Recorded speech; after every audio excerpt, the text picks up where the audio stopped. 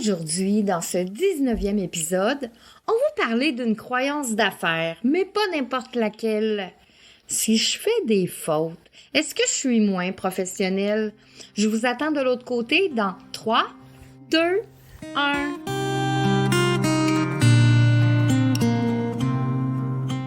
Au temps méridien, ça c'est le nom que tu dois retenir. C'est là que je vais t'inviter à prendre une place bien au chaud à mes côtés. Le temps d'une petite pause, juste pour toi. Et prends le temps, prends un bon respire. Nous sommes là, ensemble, où le temps s'arrête quelques minutes. Je te ferai découvrir comment je fais pour réussir quand on est sur une voie royale de l'alchimie. Au temps méridien, c'est là où le temps est en suspension.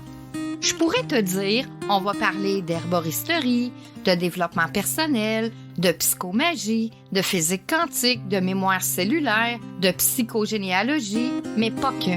Je pourrais te dire que j'ai des diplômes en bioénergie, en art, en kinésiologie, en massothérapie, puis plein d'autres. Je pourrais te dire que j'ai travaillé avec des médecins, des profs, des kinésithérapeutes pour athlètes olympiques, des chiropraticiens, des ostéopathes, beaucoup de personnes connues et reconnues.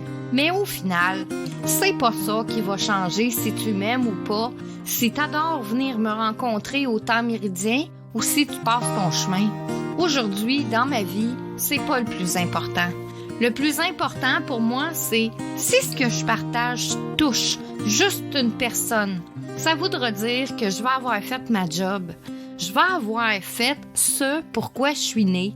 Aider ceux qui ont besoin de retrouver leur route pour se sentir enfin libre, autonome et intuitif. Pour que tu puisses toi aussi dire « Je suis l'artisan de ma vie, le druide de mon âme ». Viens avec moi, je vais te tenir la main et te dire comment j'ai fait pour être libre, autonome et intuitive.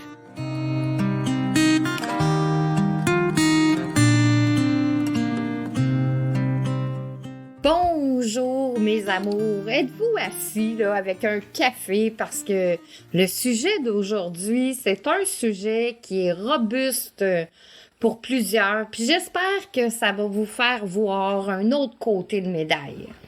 Le sujet imposé par le défi J'envoie 2024, c'était de débattre d'une croyance d'affaires. Et j'avais déjà un sujet choisi pour cette journée, mais avec une question que j'ai pu lire cette semaine dans un groupe dont je fais partie, ça m'a complètement fait changer le sujet d'aujourd'hui dans ma croyance d'affaires à débattre parce que c'était plus important ce que j'avais à vous partager dans cette croyance d'affaires-là. Puis, je la trouve en tout cas du moins importante à mes yeux parce que beaucoup d'entrepreneurs sont comme moi, puis beaucoup de personnes qui s'empêchent de faire un métier dû à cette grosse bébite qu'est le français.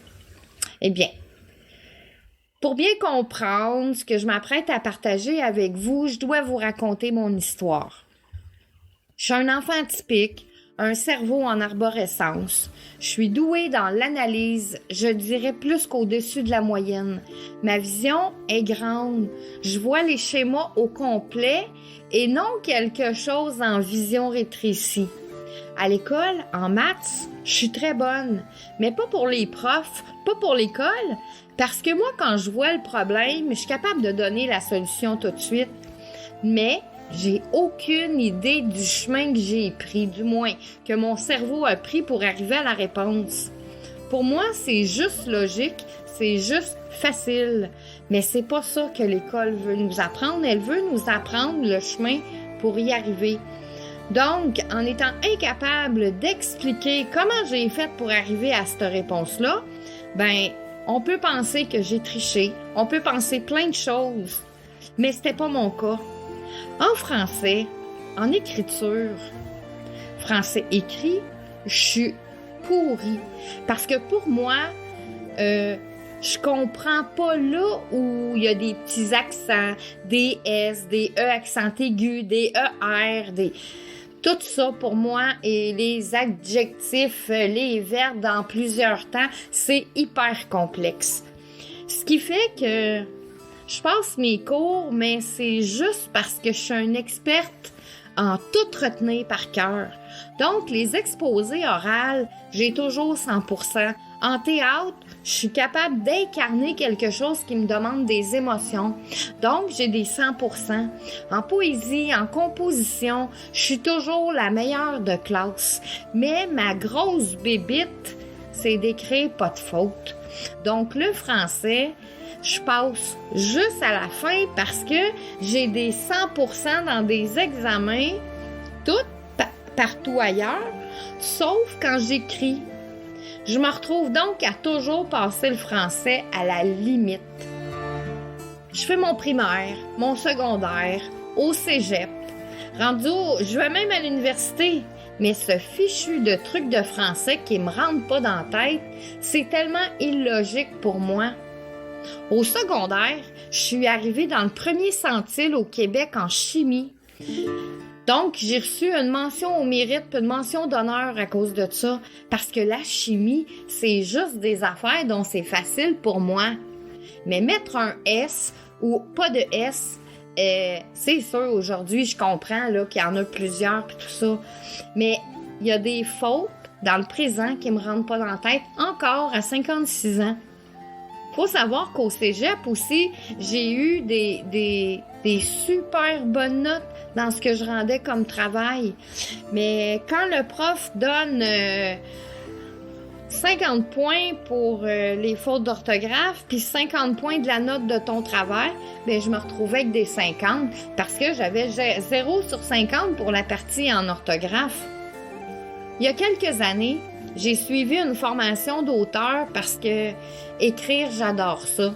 J'aurais même aimé faire une carrière dans ce domaine, mais vu la complexité pour moi d'apprendre comment écrire le français, j'ai renoncé à ça. Jusqu'à, je dirais, quelques années.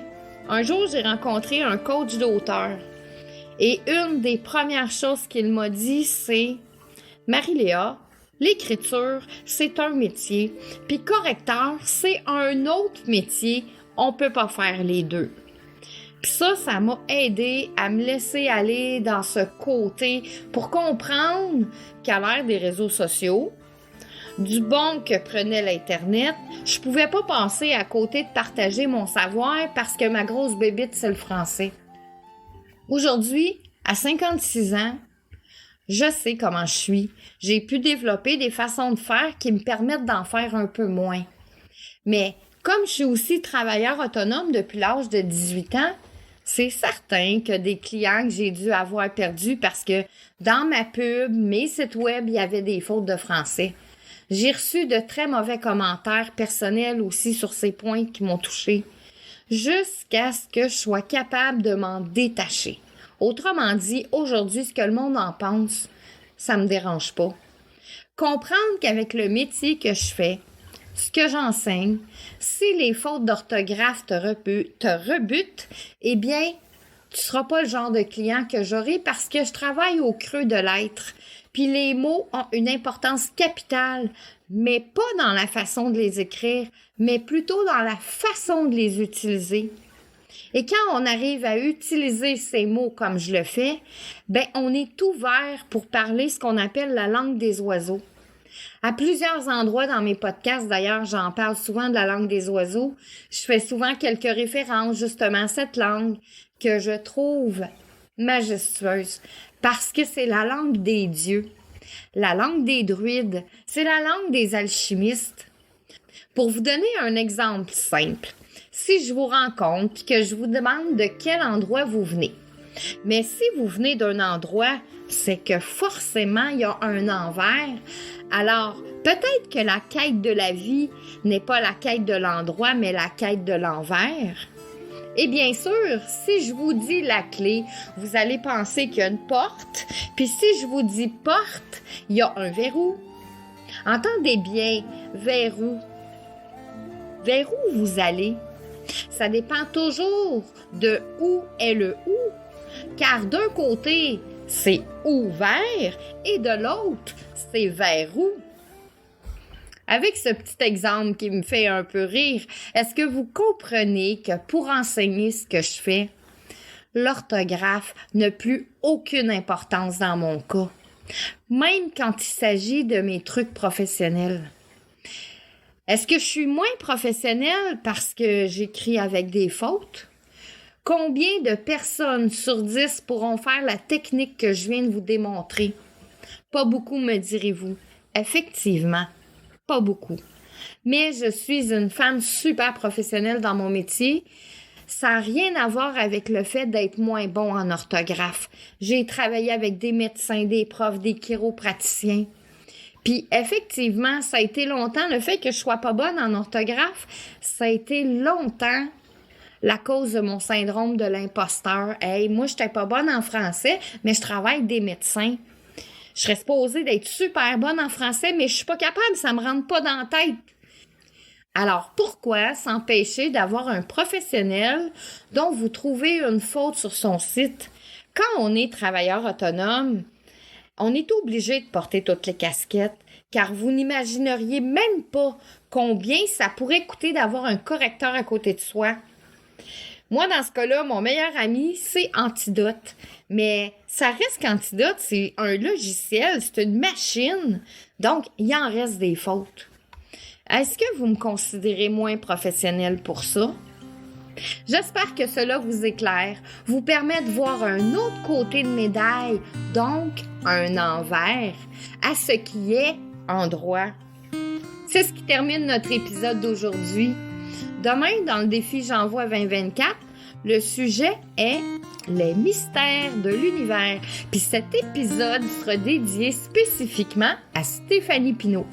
Je suis Marie-Léa, une alchimiste heureuse, parce que je suis l'artisane de ma vie, le druide de mon âme. Viens avec moi, je vais te tenir la main et te dire comment j'ai fait pour que tu puisses toi aussi dire « Je suis l'artisane de ma vie, le druide de mon âme ».